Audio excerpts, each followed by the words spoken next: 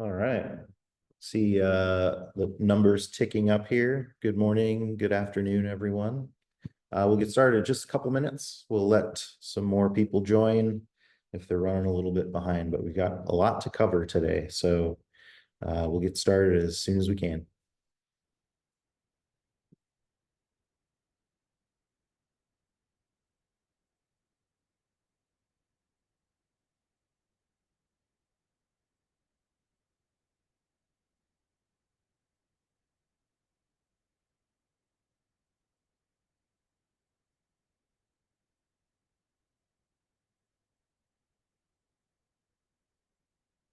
All right, it looks like the participant list is kind of leveled off for now. So let's just jump into it. My name is Mike Barato. I'm the Director of Product Management for Multi-Room Audio. I'm here with Gabby Head, who's our Product Marketing Manager for episode amplifiers and speakers. So welcome. We're really excited to talk to you guys today about episode MoIP Amps. I can get my clicker to work. So in the MoIP Amp family, there are 3 SKUs. There's a 3-channel version, a 6-channel version, and a 12-channel version. The 3 and 6-channel are more compact form factors. They're great for being in a VersaBox, mounting behind a TV. And then the 12-channel is more of a traditional, 2-rack unit, rack-mounted system or rack-mounted SKU. I should note, if you guys have questions, please hold them for the end of the presentation. We'll go about 40 minutes here, and then we'll have 15 or 20 minutes at the end for questions. So 3-channel, 6-channel, and 12-channel. The front panel, and I'm showing this front panel of the 3 and 6-channel. They're the same chassis. The 2-rack unit, the 12-channel, is a more traditional front panel, as you can see in this slide. But the front panel is your typical episode power LED that you guys are used to, and then channel status LEDs. So the channel status LEDs turn on if a zone has been configured in the amp, and we'll talk about what that means in just a second. But pretty simple status LEDs, red LEDs on the channel if there's a fault, but generally you'll see blue LEDs across the board. So the rear panel, this is the 12-channel, but the 3-channel and 6-channel are very similar in sort of look and feel. So obviously on the bottom, you have your speaker outputs. Those are paired by zone. So again, 12-channel model has 6 output zones or 6 stereo zones. The 6-channel has 3 stereo zones, and the 3-channel is more for like an LCR soundbar or LCR in-wall system. So that's just a single zone. Up top, you have a sub output for every zone. So 6 sub outs on this 12-channel, 3 sub outs on the 6-channel, and 1 sub out on the 3-channel single zone. And then you've got a couple inputs. So you have 2 local RCA inputs, stereo obviously, and then you have a digital input, which is coax or optical, and you choose which one you're using there. They're parallel, so you can't use them both. You have to use one or the other, and you can choose that in your configuration. And then, of course, you have your network in, which also serves as your MoIP I/O. So those are the 3 SKUs. It's sort of the look and feel of the front panel and the back panel. But what makes these special? Like, what are these good for? And I know that, the world doesn't need another audio amplifier, but what really makes these special is that they're MoIP enabled. And MoIP, as a reminder, is Episode's first end-to-end media over IP solution. So it's not just audio, it's video, and video's audio as well. You can send high-res audio anywhere on the network over a single cat cable. So you get every MoIP device, whether it's a transmitter, a receiver, a controller, you plug that into your switch, and you can send all of your sources to any of your receivers. Now, what makes MoIP great is that it's extremely flexible, it's extremely scalable. Your only limitation is bandwidth, obviously, and it's completely decentralized. It's one transmitter per source, one receiver per zone. As you guys know, any of you guys that are doing MoIP currently, a MoIP controller must be present in the system for full functionality. So here's sort of the current outline of a MoIP system. You have your MoIP controller plugged into your switch. That's kind of the brains of the operation. It tells everything what, where you want the sources routed, how you want the RXs or the receivers configured. Everything that needs to be done is done in that MoIP controller via OvrC. But essentially, if I have a local source, any audio source, if it's analog, I can plug it into a MoIP Audio TX. And this is just an audio system. I mentioned that video works as well, but for ease of understanding, we're just going to look at an audio system right now. So you plug into your MoIP audio transmitter. You plug the transmitter into your switch via Cat5 or Cat6. On the other end, on the receiving end, you have a MoIP RX. Now, this can be a MoIP 960 RX or a MoIP 900 RX, 4K RX. This can be just an audio RX like we have here. And then you plug the analog outputs into an audio amp, and obviously your speakers plug into that amplifier. What the MoIP amplifier gets you is it completely eliminates the need for that receiver on this side. And keep in mind, if you have 6 zones, you need 6 of those receivers. If I have the 12-channel MoIP amp, I have 6 of those receivers essentially built into the box. So I plug that MoIP amp into the switch with a single cat cable, and I can take any of my sources on the source side and send them to any of those zones. So it's essentially a virtual matrix, all done over the network. So not only is it less hardware to buy, it's a little bit easier to configure because you're only using 1 cat cable instead of 6, or 1 for each receiver. I mentioned the MoIP receivers are built in. So essentially, it's able to receive audio streams over the network from any MoIP transmitter. And I mentioned it could be an audio transmitter, a 960 video, a 900 video transmitter. It can take the audio from any type of MoIP transmitter. Multiple receivers built into the amplifier allow for multi-zone playback. So MoIP, as I said, is essentially a virtual matrix. So I can send, multiple TXs, or I can send, one TX to multiple RXs. If I have one source I want to send to multiple zones, I can do that. It's extremely flexible. And as I mentioned, each amplifier has 1 receiver per zone. So 6 receivers on the 12 channel, 3 receivers built into the 6 channel, and 1 receiver built into the 3 channel. And what's especially cool about that is MoIP and Ryff are essentially interchangeable on the transmitter side.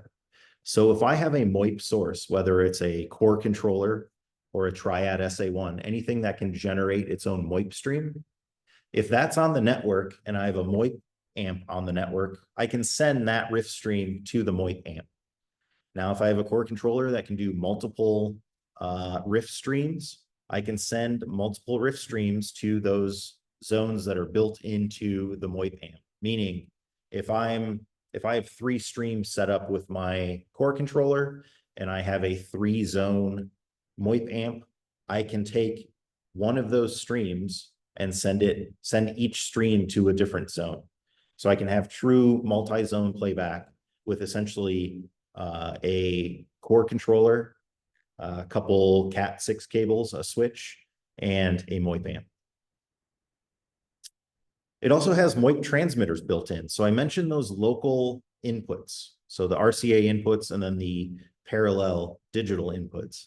Anything that is plugged into those inputs, any type of source, whether it's a turntable, a CD player, a TV, any audio source that's plugged into the back of the MoIP amp can then be transmitted onto the network. And with the MoIP amp 12 channel, you have 3 transmitters. With the 6 channel and 3 channel, you have 2 transmitters. So essentially, any of those sources that I plug in, I can put onto the MoIP network for transmission to any other MoIP RX, even if it's a MoIP amp. And this is especially helpful if I've got all these different zones that I've set up. I can, if I mentioned I plug a TV audio into the optical. I can set up a 5.1 media room or theater with those, with 5 or 6 of my channels on the back of the amp. I can do a mono distributed system in every room of my house. So I just set up, 3 or 4 different mono zones, and I can send those to all the different zones in my house. Or I can do, let's say, a 3-channel passive soundbar system. I can set up a 3.1 system, a 4.1 system. It's extremely easy, all configurable in Oversee. Now, we're not going to dive into the Oversee side of it today, just for the sake of time, but I would recommend getting your hands on one of these MoIP amps and seeing what you can do. We'll talk about the DSP capability and the configuration capability in just a second. Along with each of those zones, you get a sub output. I mentioned this earlier. So if I do a 2.1 zone, I can take 2 passive channels out into in-wall speakers and then a sub out into a powered sub. I can also configure the amp so I have channels 1 and 2, for instance, are just purely passive speaker outputs. And then I can bridge channel 3 and 4 if I want a little more power for a passive subwoofer. So I don't just have to use powered subwoofers. I can do line level or passive speakers as well. Or, I'm sorry, speaker level for passive subwoofers as well.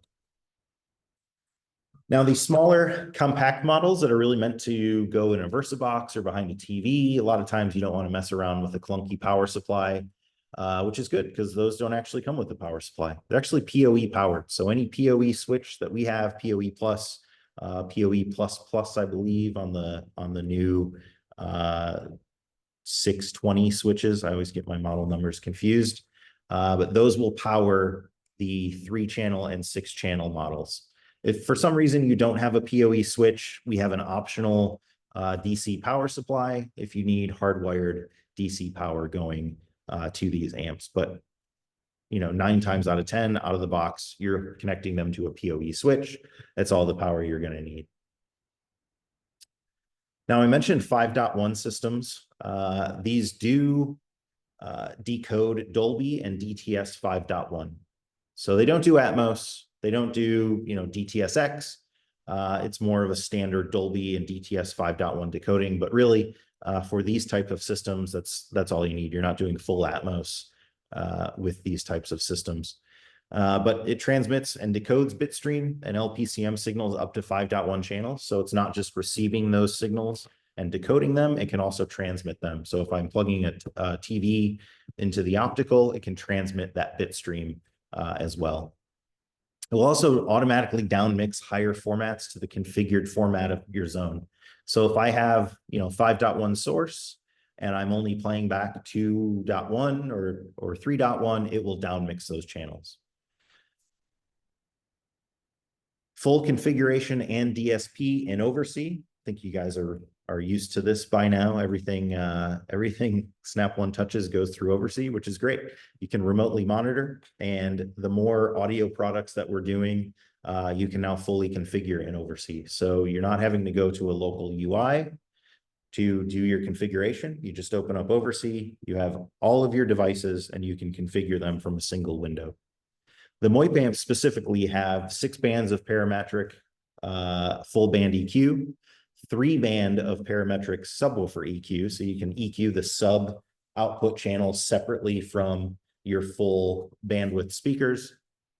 Speaker EQ presets built in for both episode and triad speakers, which is very cool. It's a kind of a first for us to have triad and episode speakers built into a preset. And then you have genre presets. So if I know I'm going to be listening to rock music, there's an EQ preset. You can fire that up in one click and really optimize the amplifier for the source. You also have full crossover settings, plus high and low shelving, gain and delay adjustment for the per input, so per local input, and then sort of a master delay for your output zone. Built-in signal generator for test tones. So if you're trying to, set this thing up like you would on a traditional AVR, where you're taking test tones and you have an SPL meter, and you're making sure that all the output channels are adjusted to a consistent level, you can do that with the MoIP amps. And then, of course, TX and RX pairing would go through the MoIP controller device page, since that's more of a master control page for MoIP systems. And of course, with the oversee configuration, you get remote monitoring. Any of that configuration you do in oversee can be done on site or off site through oversee completely remotely. So very cool if, you know, a customer calls you and says, hey, you know, I'm not getting this certain source going to this zone for some reason. You just pull up oversee. You don't have to run a truck. Pull up oversee and you can see what's paired and what's not paired, and troubleshoot from the comfort of your couch. And of course, as I mentioned, rack or wall mountable using the included rack ears. That's the case for the 3D, 6D, and 12D models. So you can do some rack mounting of the smaller models, but it's sort of like, you know, mount it to the side of a rack. It's not a full rack width, and it's not a full rack height. Then, of course, for those, you can put them in a VersaBox or just mount them to the wall behind a TV. All of the mounting hardware is included. So hopefully that's clear on what makes these very cool, what makes these extremely user-friendly and installer-friendly. But let's talk about how we should actually be using these. Now, I mentioned the 3-channel model. Great for a single zone 3.1 system with a passive soundbar, whether it's a Triad custom bar, one of our episode passive bars, or any other brand of passive soundbar. The 3.1 output of the system, or just stereo if it's a stereo bar, extremely handy. Optical input from the TV or RCA input from any music source, can easily switch between the two, makes for a great little single zone, either media room or music listening room or TV room. You can also sort of expand on that, obviously, with a single zone TV 5.1 system. So with the MoIP amp, this is actually the 6-channel. We've got it configured for 5 channels out, 3 channels to the soundbar, and then 2 side surrounds, and then a passive subwoofer output, or I should say a line level output for a powered subwoofer, again, taking TV audio. So you're just playing back the video's audio through the amp. But again, decodes Dolby. Anything you get from the TV, it can decode and play in 5.1 output. Then, of course, just multi-zone audio. You know, this is a 3-channel amp. If you've got a small house like mine, or if you've got a big mansion, maybe you need a couple of the 12D amplifiers. But again, any MoIP transmitter can be sent to any MoIP receiver. So the MoIP receivers built into the amps can receive any either centralized or decentralized audio source from the system, and you can route those to any zone. So you're not messing around with a bunch of analog or digital cables in the back of the rack. It's all done via cat cable. So extremely easy, really neat, clean back of the rack. Obviously, it makes your customer really impressed when your rack looks really nice. So something to keep in mind there. And then this is kind of a use case that I think is one of the more powerful ones for the MoIP amps. This is a way to, let's say, for instance, I've got, you know, a bedroom where I want to install some in-ceiling speakers. My rack is on the other side of the house. I don't want to run speaker wire through, you know, a bunch of closed up walls all the way to the other side of the house, but I have cat drops in each of those bedrooms. I can plug the MoIP amplifier into that cat cable. The cat cable is more than likely running back to the main switch or the main AV rack of the house. Those MoIP amps, I can then wire up either bookshelf speakers or in-ceiling speakers for a nice little 2-channel or mono distributed audio system in each of those bedrooms.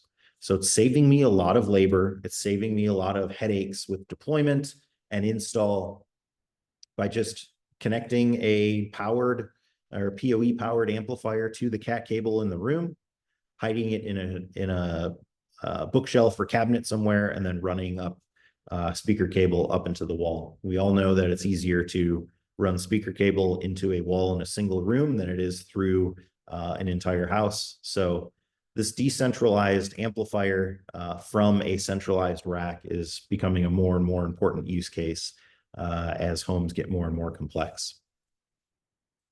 So to summarize, the MoIP amplifiers, 3 things I want you to keep in mind. Simple deployment. They can receive any MoIP TX or Ryff source for playback via the network. No more messy cables, no more rat's nest of analog cabling in the back of your rack. It's just a cat cable to the switch and all of the configuration in oversee. There are full rack and compact options, obviously with the 6D and 3D models, and then the 12D is a full rack, 2-rack unit system, gets more power, more zones, but really a solution for any type of install, whether it's centralized or decentralized. And then lastly, and frankly, most importantly, these are fully configurable. Any combination of channels or zones, mono all the way up to 5.1. So if I've got that 12-channel amplifier, I can configure one zone as 5.1. If I use, let's say, 5 channels or 6 channels, because I'm using a passive subwoofer, I still have 6 more channels on that 12D to use for distributed audio, or I can do another multimedia room. So extremely powerful, extremely flexible. You're not getting into a situation where you're doing, let's say, 5 zones of stereo distributed audio, and so you have to buy a 12-zone amp. Like, doesn't make a ton of sense.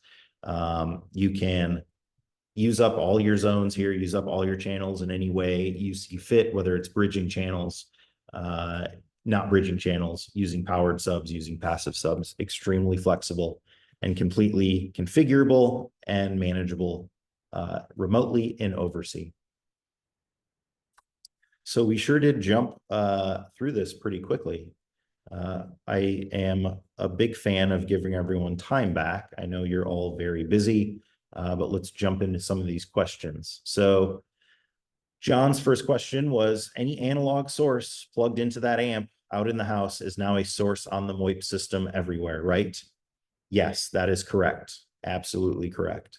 Whether it's a turntable, CD player, TV, any source that's plugged into the inputs on the back of the MoIP amp automatically gets tagged to a transmitter that's built into that amplifier. And then just like any MoIP transmitter that you would buy from Snap One, it transmits it onto the MoIP network automatically. Another question from David. I'm sorry, Ken, I missed yours.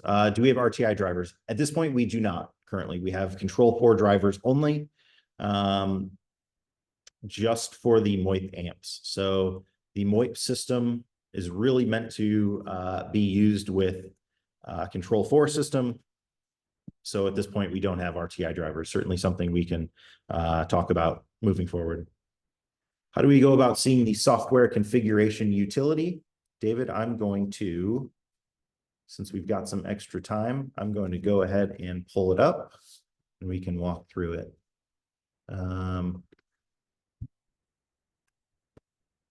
This is because I'm off site and I'm not sure what is what when it comes to amps we have in racks right now. I'm going to pull up what we call Sketch, which is our UI design. There we go. I'm going to just pull up the designs in Sketch. At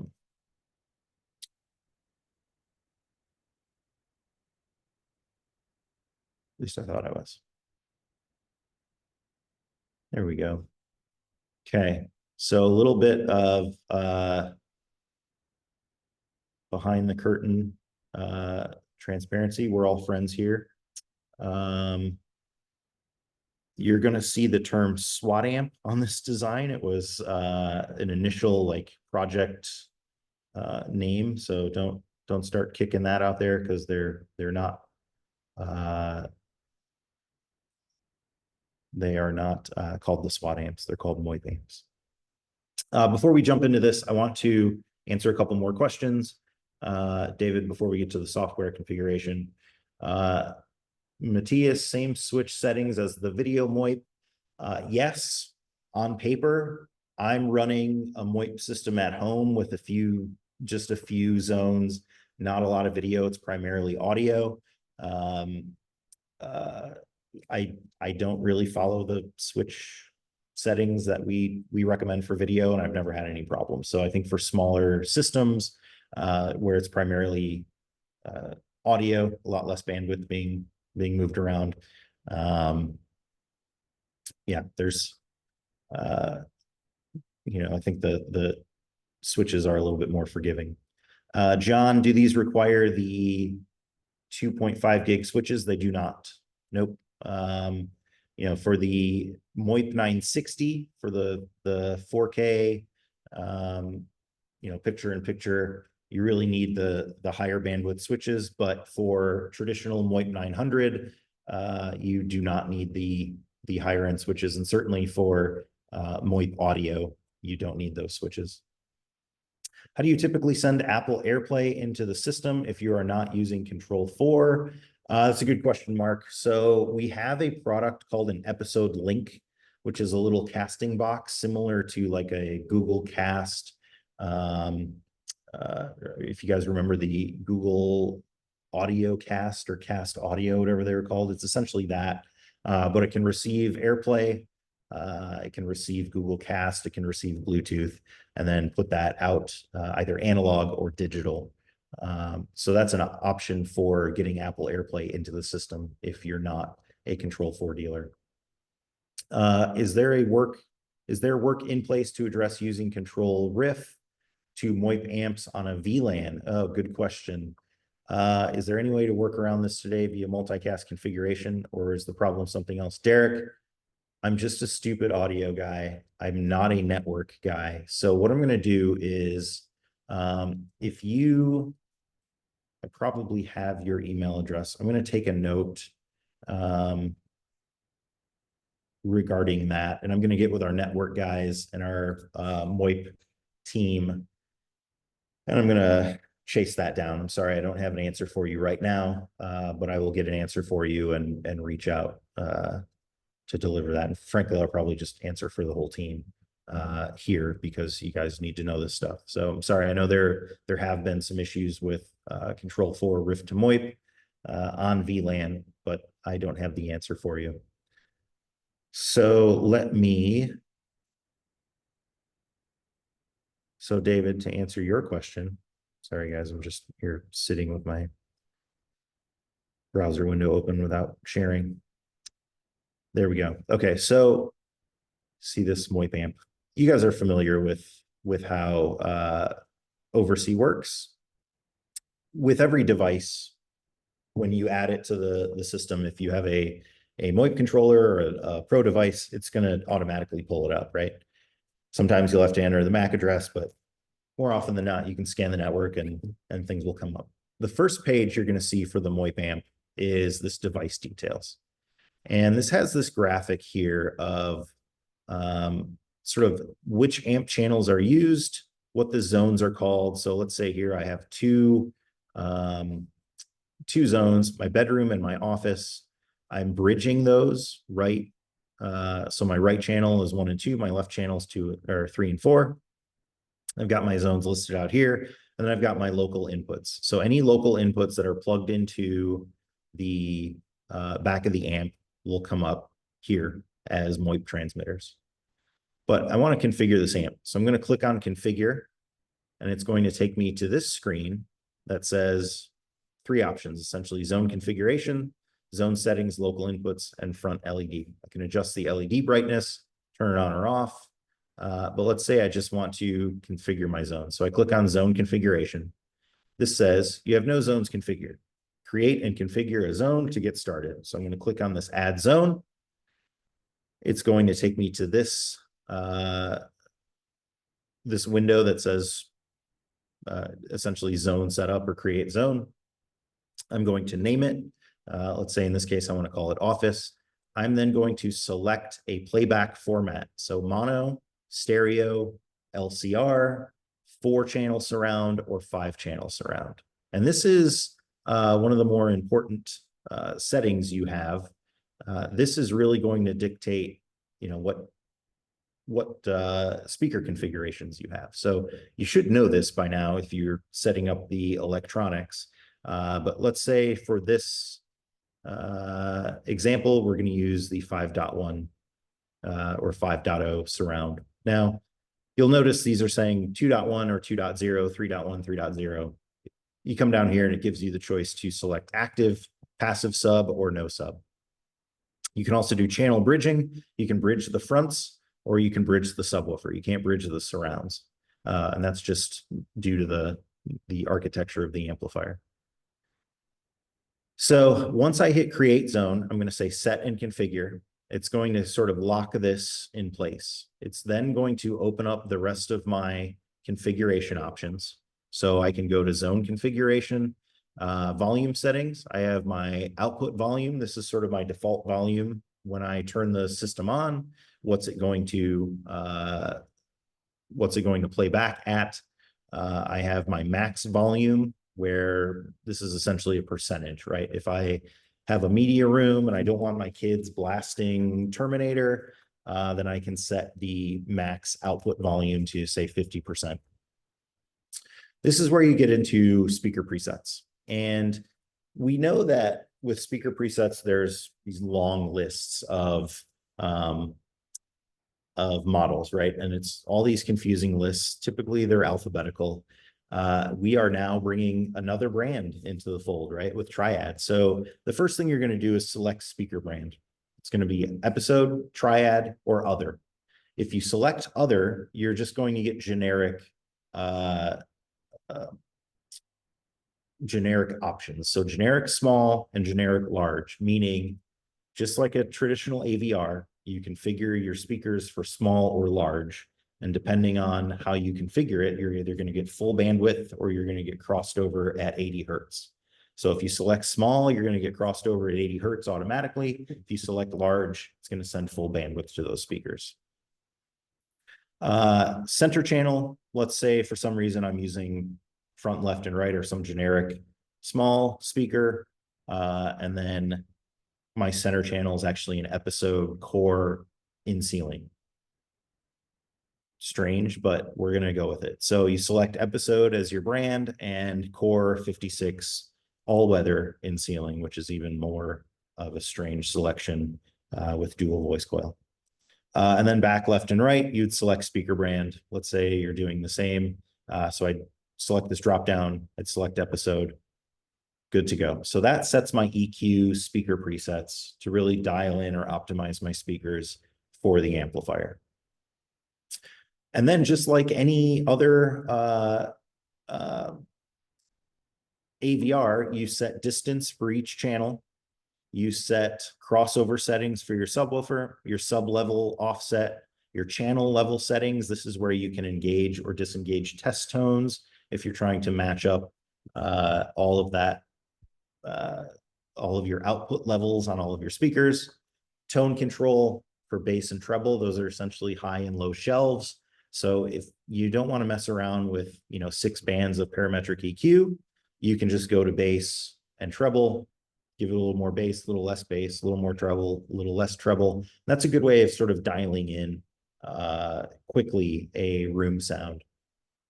If you want to go in and get really surgical with it, you have 6 bands of parametric EQ, including these room presets or genre presets, as we called them previously.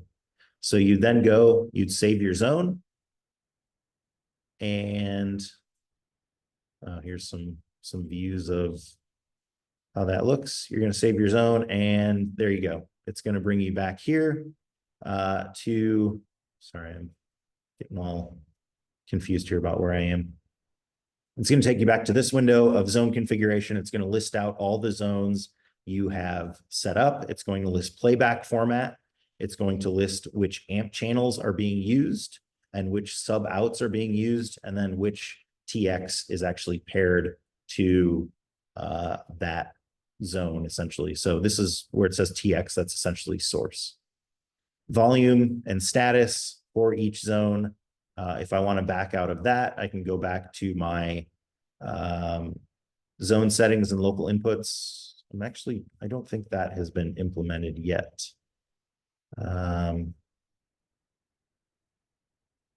Yeah, sorry about that, guys. Yeah, so when you open up a MoIP amp now, you're not going to see this zone settings, local inputs, because it's all handled under zone configuration, and then front panel LED brightness. So you go in, you go back to details, and this is essentially a dashboard to see which of my channels are being used, what are my zone configurations. You see that in graphic form or in table form, and then all of my local inputs. I thought I saw another question come up. There we go. Does using the optional 48-volt DC power supply for the 3-channel and 6-channel amplifiers make the amp produce more output watts per channel than driving it from standard PoE? That is a very great question. The 48-volt DC output will get you the same output as a PoE++ switch. So on that Arachnus 960, outputs are limited to 90 watts. The power supply should be closer to 120 watts. That's true. But because of the amp architecture and the power supply input, you're essentially limited to that 90 watts or 50 watts per channel, depending on how many channels you're using. Will you have small amps similar to the old Lyric Q system? I have a few customers waiting to upgrade, but with Cat 6 only to the wall amps. I'm looking for a smarter, better PoE replacement. I guess to answer your question, Anthony, I think the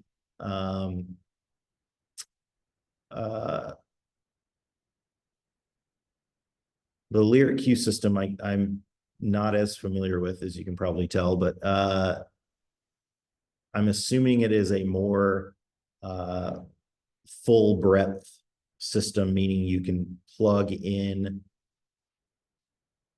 multiple sources. I'm confused by what you mean with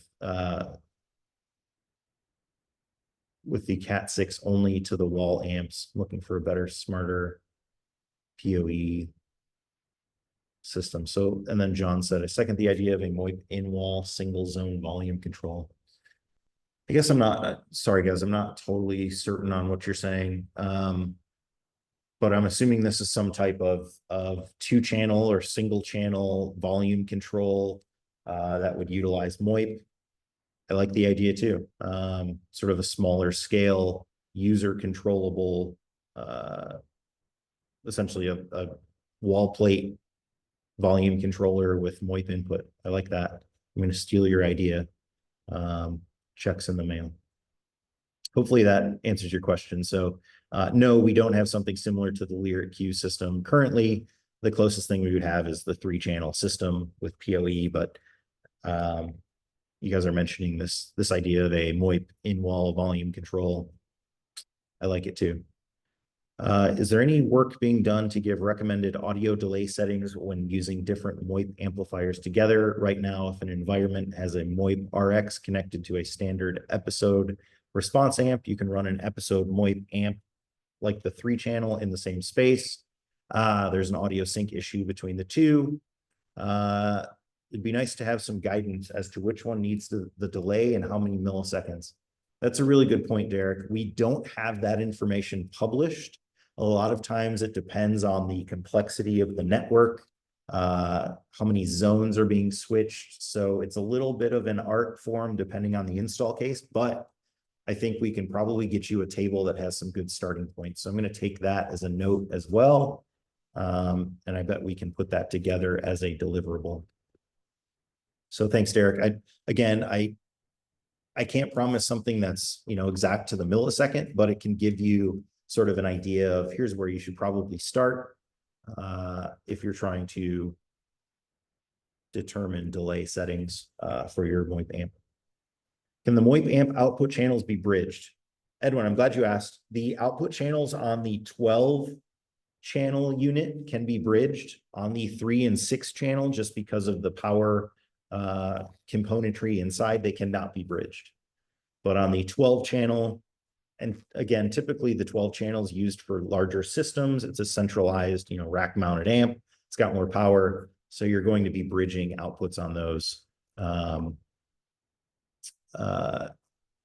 Going to be bridging the outputs on those more often than you would on the smaller amplifiers. So yes, bridgeable on the 12 channel, not bridgeable on the 3 channel or the 6 channel.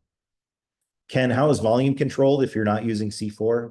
It's a very good question. So right now, we essentially require C4 for the most sort of robust user experience. MoIP switching of sources, volume control. But we are working currently on a MoIP app that would allow non-C4 users to adjust volume and do those different pairings and setup. Obviously, it's not as robust or as elegant as a C4 solution, but it's enough to get the job done. So good question. Looks like that's all the questions for now. So I'm going to distribute this deck for you guys. We have a recording of this that will go out for your, I'm sure everybody wants to watch this a second time. But guys, thank you very much for your time. I appreciate it. I cannot tell you how I think revolutionary these amplifiers are. The configuration capability, the ability to put them on the network with a single cat cable, run all of your sources to them. The days of multiple XLR cables or RCA cables running into the back of the amp. We love cable profitability and we love selling products, but it's not every day that you're going to have to be doing these anymore. And it's simplifying your life by just having everything through the network. Everything is remotely troubleshot. So it just makes deployment easier. It makes troubleshooting and management easier. And it just makes everyone's life easier. So more flexible for the end user, easier to install, spec, and deploy for you guys. And frankly, it's more economical. So easier to sell to that end user. So thank you guys one more time. Thank you, Gabby, for being on and kind of moderating the chat and the questions. And guys, if you have any other questions, my email address is just my name, michael.barato@snap1.com. Please reach out, Derek. I'll get you an answer on those couple questions you asked.